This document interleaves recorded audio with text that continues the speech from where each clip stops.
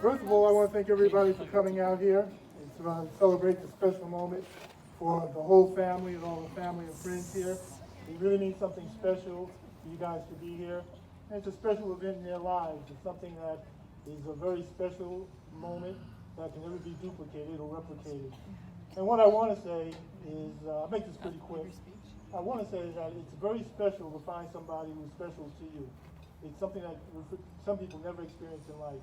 You never have that joy of looking next to somebody and realizing that this is the person they want to spend the rest of their life with. And when you do find that person and you do have that special moment, it is always something to be treasured, something to be held close to your heart, and something that you can never forget.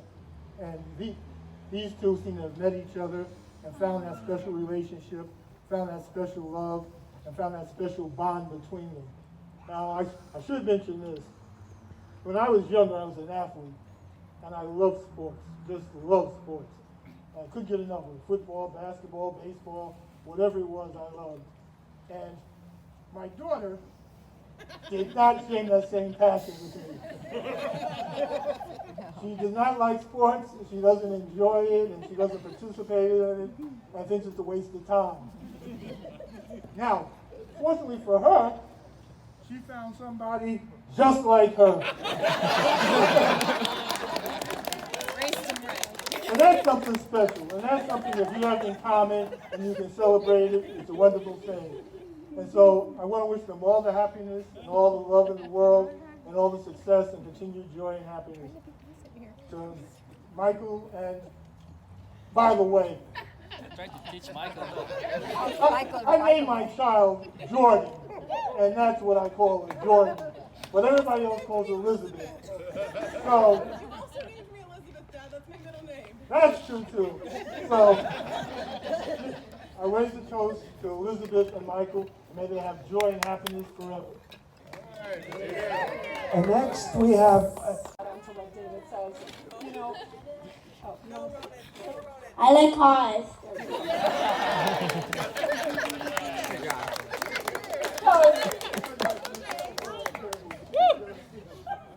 That's best toast. I just want to say we are so grateful everyone came, and thank you so much. And we just see so many friends here that I've heard so many wonderful stories about. So it's nice to see all these faces. And I will share something about Jordan Elizabeth. She's Elizabeth after many Elizabeths. She's a second-degree black belt. She has a little bit of a jock in there, so. But we're so excited because Jordan Elizabeth told us she would never, ever, ever get married, ever. So, Michael, you're one special man, and we're so excited to have you in the family. And we just want to wish you guys the best, the most happiness, the most love, and welcome to the family, Michael.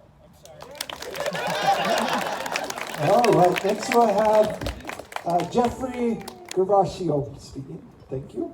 I actually tried to play basketball in Los I'm very recording. Well, thank you everybody to celebrate this special day for Michael and Elizabeth. I wrote something for today's speech, but okay. This is to Michael and Elizabeth. While you have loved and cared for one another for a long time, today you celebrate your love for one another. The outpouring of love witnessed in this room today makes me the proudest dad in the world.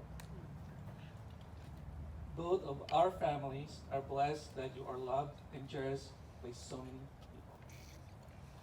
people. You are both surrounded by people that are thankful and honored to be able to be a part of this wedding celebration. I think I speak for all the guests here today who wish you a lifetime of passion, respect, and undying love for one another. And congratulations to you both of continuing your journey through life together as husband and wife.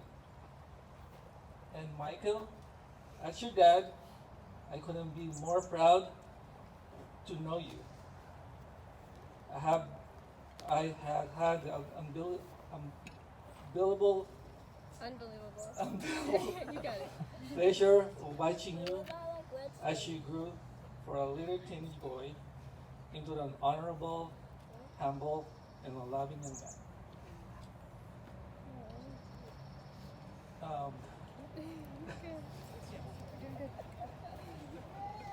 Every day you amaze me. The love that lives inside.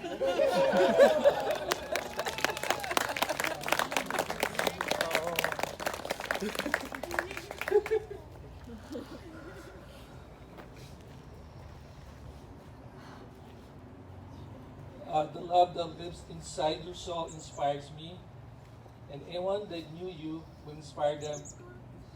The energy and the has that you have since you were little.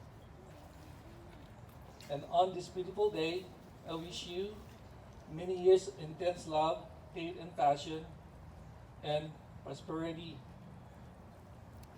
Congratulations to you and your stunning wife on your wedding day. And once again, thank you for everybody to coming into this celebrate this wonderful day with Michael. Cheers. Next, Sam Gervacio, the best man, will be speaking. Let's do it, Sam. Yeah, I don't know how to go after that. But...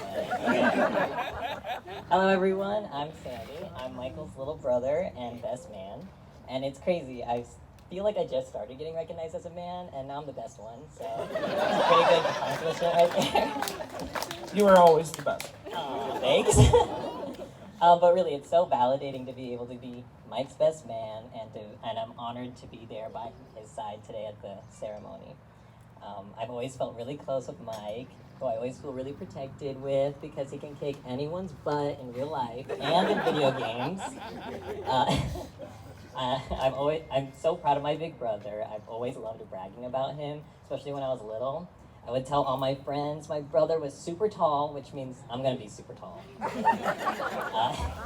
I'm still waiting on that. He wore a cool black trench coat, combat boots, and he was even a vampire on Friday nights. And not the sparkly kind, the cool kind. And I'm so happy to be sharing this day with Mike and Elizabeth, who I already feel really close to and comfortable with. I remember the first time I met Elizabeth. We were at the Dickens Fair. She was carrying a bow and a quiver of arrows. She was dressed as a huntress and modeling corsets for a shop. Yeah. And I'm like, okay, she's badass and a model. She's perfect for Mike already. But not only that, we quickly found that she was loving, caring, fun, and family-oriented, which we all really love about her. I've seen how much fun Mike and Elizabeth have together. They've got such clever banter, and they really make each other happy, yeah, see? Even when Mike is totally destroying us all at laser tag, they still have fun. Elizabeth, welcome to... Oh, yeah. Elizabeth, welcome to the family, and Mike, please don't squish her too hard with those bear hugs. I think we've probably all been there. And congratulations to you both, and thank you all for coming. To Mr. and Mrs. Douglas. Huzzah! Huzzah! All right, now we continue with Jackie Chirico, the bridesmaid. It's okay, he tried. Jackie Chirico. We'll work on it. So, I had to write it down. Hi all, welcome to the continued adventures of Elizabeth and Michael. My name's Jackie Chirico, and I have the distinct honor of having met the bride and groom on the same day they met each other. November 2015 at Cuthbert's Tea Shop at the Charles Dickens Fair.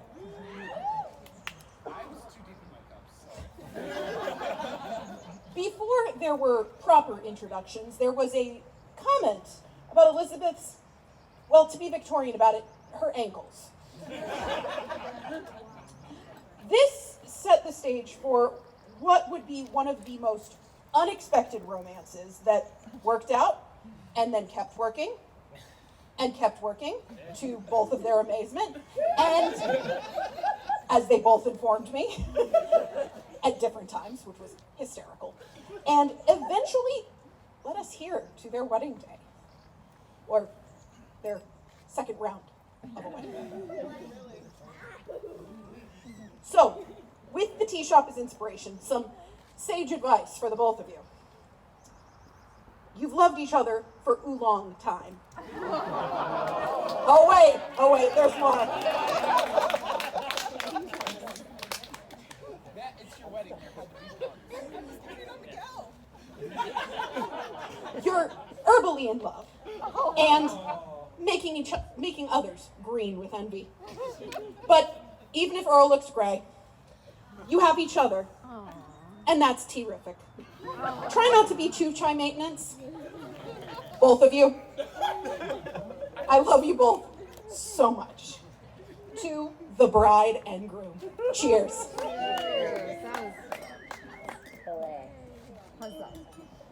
All right, now we continue with Miguel Rojas, Groomsman. Okay, just to double check, the name was Miguel Rojas, right? That's what, see, that's what they said. So, Miguel, yeah. yeah. Okay. So Michael number 2. Go ahead. What you're witnessing right now is one of the reasons why I love the both of these so much. They lay it on and they give it just like my family. There was a point when we used to, we participated in a live action role play game, just an excuse to shoot each other with Nerf darts. And Liz laid into me about something, and I just had to look at her and just ask her, it's like, did you get a pamphlet in the mail from my sister? Did my mother write you a letter? Because this is very, very familiar to me. So I tried to complain to Mike, not knowing at the time that they were dating.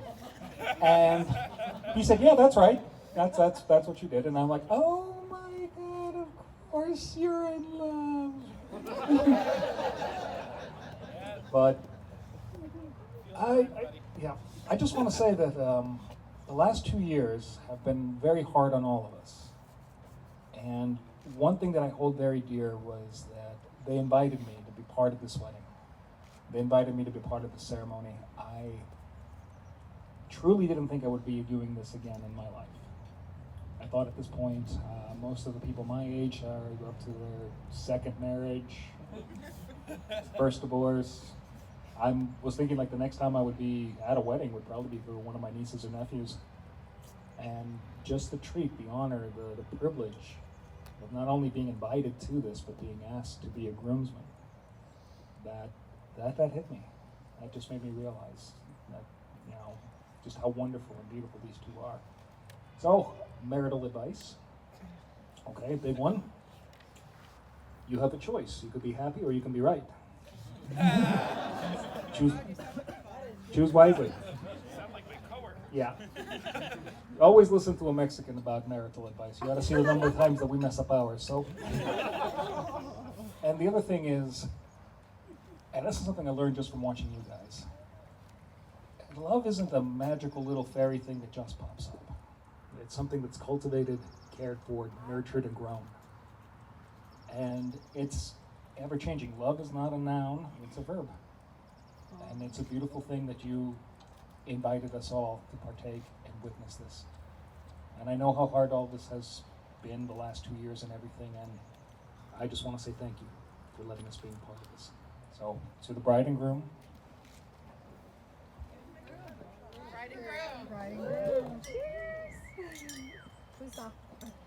Now make merry. All right, if I don't get this next one right, I'm not getting paid today. The next to speak is the groom, Michael Douglas. Got that right? Not Miguel, Michael. God. 2 years it took to get here. But here we are. It's happened, and we're here. Pandemics are weird things. Most people have not had their marriage survive in one, and we managed to make one in a pandemic. Weird. So before I forget, thank you everyone who's managed to make it here, and even the ones who said they would but couldn't be here. Thank you very much for making this a great day where we've definitely could feel the love. Odd things about connections. This is the actual toast now. Odd thing about connections.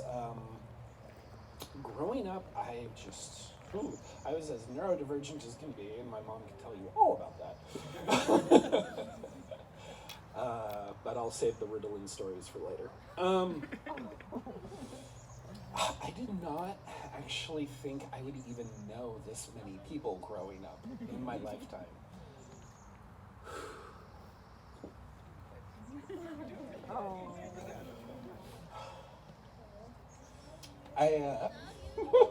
Yeah, that's the problem.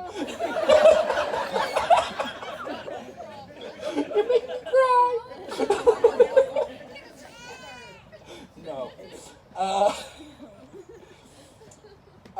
So I struggled, as I'm sure anybody who has known me longer than a decade.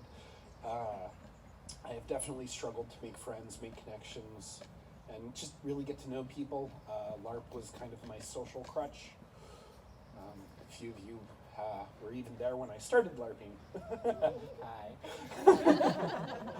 But, God, here I am. Place I never thought I'd be in my lifetime. I had already just dealt with the fact before I was even 20 that I'd probably never be married. That doesn't sound like anybody I know.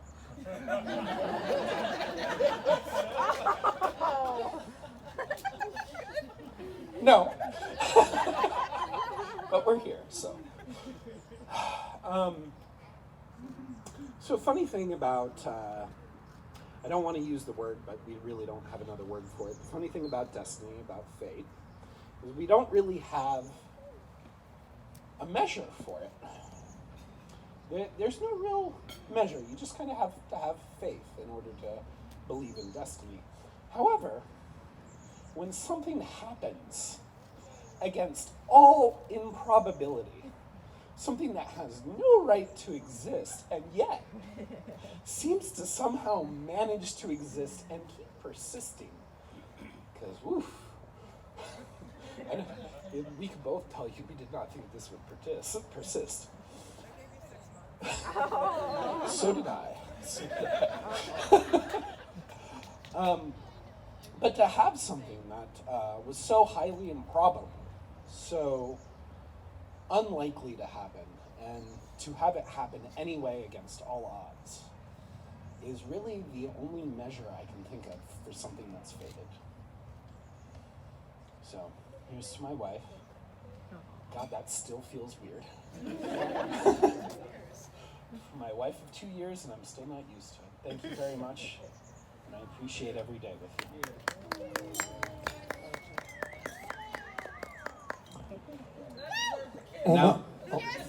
Now for the real killer. All right, and now, Elizabeth. Woo. Let's hear a little more noise for both of them. Woo. Mr. and Mrs. Douglas. By the way, she was forced to go last because we thought she'd make everybody cry. Me? Never.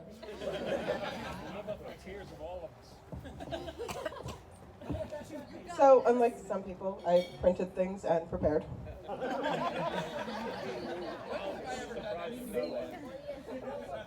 Fair enough. So, I have been waiting nearly 3 years at this point to give this speech. I hired this venue in 2019. Which seems a little excessive. And I've written it over and over, and then rewrote it, waiting for the right words. Waiting to celebrate the love I currently have and will forever have for my husband. And about the 4th or 5th rewrite, and... You guys can hear me, right? Yeah. Close enough, though. And about the 3rd or 4th rewrite, and a few socially isolated, which is a disaster for most of us.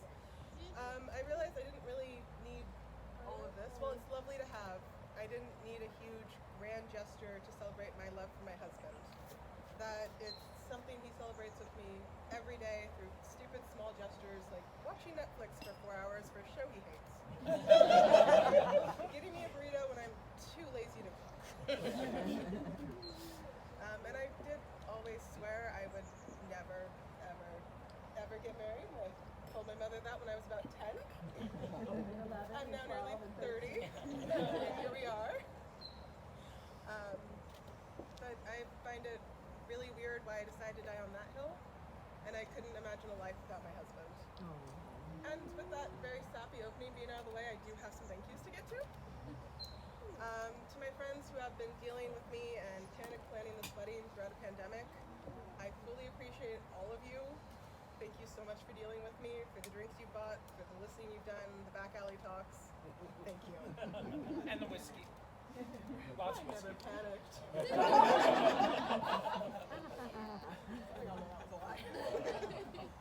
To Michael's family, thank you so much for always making me feel welcome and for making me a part of your family so quickly. I truly appreciate and love you guys.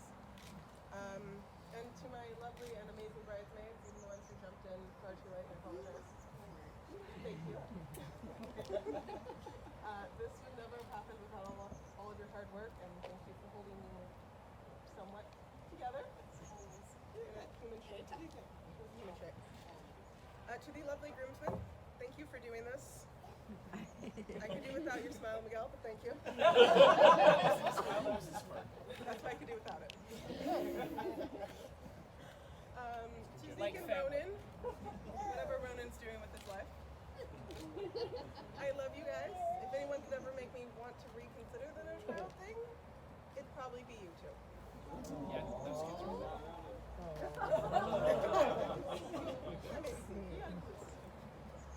And to my parents, I will always be a Brown. Thank you so much for my last name and the stubbornness I got from both of you. Just one of you. It was both of you. To my maid of honor, if you told me I'd ever have my sister in my wedding, I would have called you insane. But here you are. So I appreciate that. And now to my husband. You mentioned destiny and fate, and yeah, the odds I met you are very, very stupidly slim to none. Yeah. If I hadn't taken a single math class where someone told me to work the Dickens Fair for holiday money, I'd probably still be unmarried. But I did, and I am forever changed, and I'm forever grateful that you are within my life. You have the most amazing heart and a very lovely smile. I'm so happy that you guys. Aww. You did this already. Oh, yeah. That's why it's not there. You can keep up with me in my rather sarcastic mouth, and I fully appreciate it. Okay. You're more than willing to let me drag you on increasingly bizarre adventures, and I love you.